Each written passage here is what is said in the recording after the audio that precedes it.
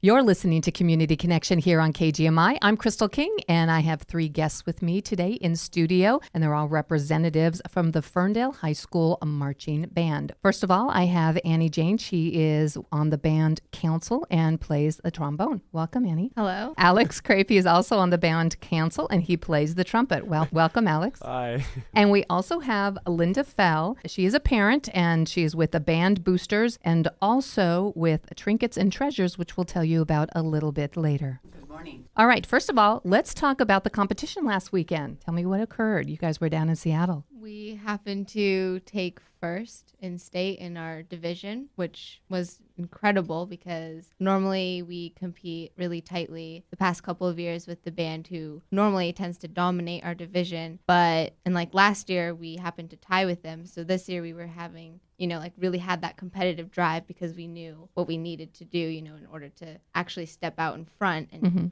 clearly, truly win kind of. And we can say that. It was Wenatchee. Yeah. So that's okay. Wenatchee. And we ended up happening to accomplish this goal, And I mean, really, the main part was that we just wanted to have fun and go out there and give it all that we had and do the best we could. But of course, the benefit we happened to get was that we also tended to win. Yeah. It's kind of nice, a little sidebar, Yeah. right? Yeah. Winning this year meant a lot to the upperclassmen because we competed against Wenatchee before. We had took third to Wenatchee. Mm-hmm. So being able to make a comeback for those people, especially for the seniors, meant a lot to them. So it was really emotional. Because the band has grown pretty big. Oh, yeah. Oh, yeah. Yeah, we're up in a definitely. AAA now. We're usually AA, but past 3 years, freshman class has been bigger and not enough people have been graduating. Now, where you're seeing the amount of kids in band kind of dwindle in other schools, why do you think it's increased in Ferndale? I really don't know. It just kind of the classes in middle school and the elementary kids are just getting bigger. Yeah, and there's whole lot kind of bigger. a lot more hype now, more because marching band for us is a really big thing. Like the Bellingham schools tend to focus more on jazz or concert band or whatever, but we really focus on marching and Yeah. that's our strength. So since we pump that up and really hype it, kids tend to be more, wanting to join marching band because we make it seem like a really big, a big deal and cool and fun. Yeah. Now, I understand the winning show was a little bit different than everybody else's. Tell me about it and why you went with that theme. The zombie theme, well, it was kind of a makeshift idea, but it turned out pretty cool because the band is huge now. We didn't have many of the same uniforms to fit people with.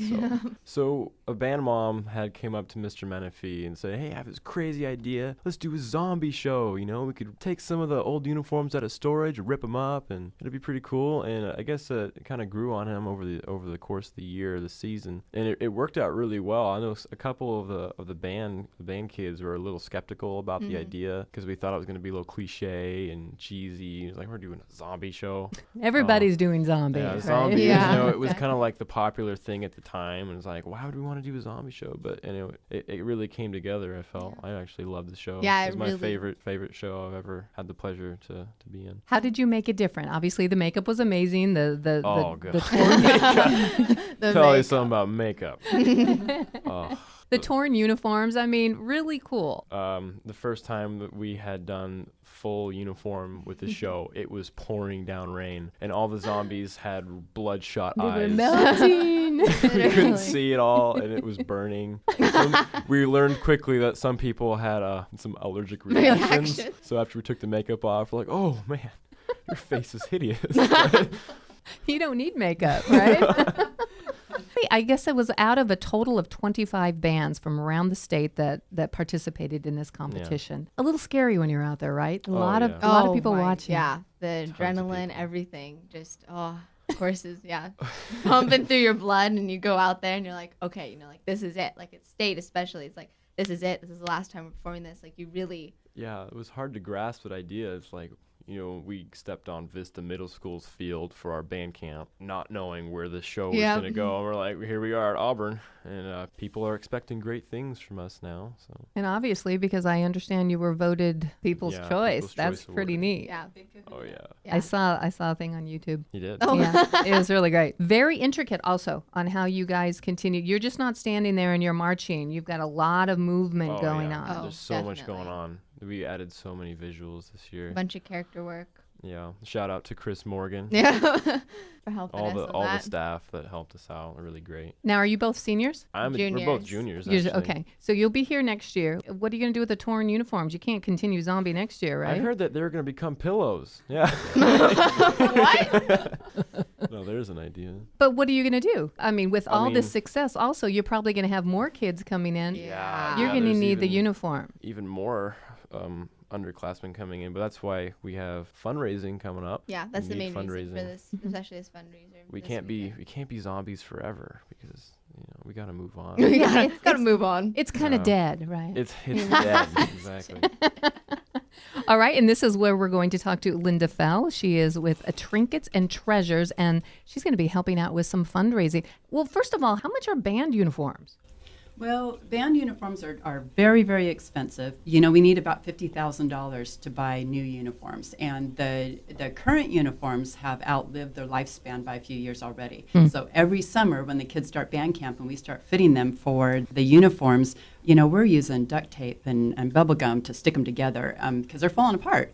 And so this year, with the zombie theme, we were able to pull out some 30-year-old uniforms that had been in storage, and they were already perfectly musty and, you know, fit the bill. But every fall, the competition show is different. And so now we're in dire straits because not only can we not be zombies again for another show, our existing uniforms that have outlived their lifespan that we're still using, they're just frayed at the edges and not going to last much longer. So we really need to raise funds for new uniforms all the way around. How many students are in band? This season it was 94. Wow. And if we increase to 100, that throws us up into the open class. And we never know until Mr. Menifee, the band director, gets the roster coming from the 8th grade classes from both Horizon and Vista, how many incoming freshmen we're going to have. We need about 100 uniforms. So then tell me about Trinkets and Treasures, which is this weekend. It is Trinkets and Treasures Holiday Festival. This is our 4th time doing it, and it's fundraiser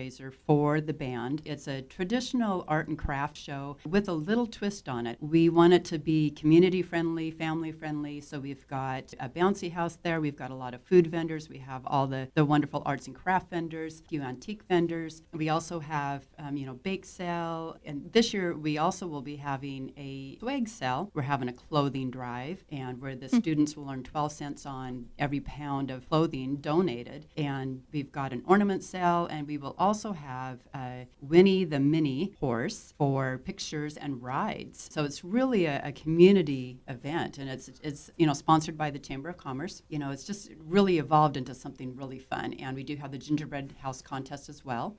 The goal is just to have everyone come and be part of this fantastic community event that benefits the kids. The show itself, all the profits, 100% of the profits goes toward those new uniforms because it's a nonprofit. The Band Boosters is nonprofit. So, Excellent. And yeah. that is at what time and where? It is at Ferndale High School Gym this Saturday, November 16th. The doors open at 9 a.m. The gingerbread contest judging takes place at 3 p.m., but the houses will be on display all day long, and it ends at 5. Thank you so much, all of you, for being with me. Again, Linda Fell with Trinkets and Treasures, and also a parent and band boosters mom. And then we have Alex Crape with the Band Council, and also Annie Jane. Thank you all for joining us today. Yeah. Thank you. You're listening to Community Connection. Stay with us. We have lots more coming up.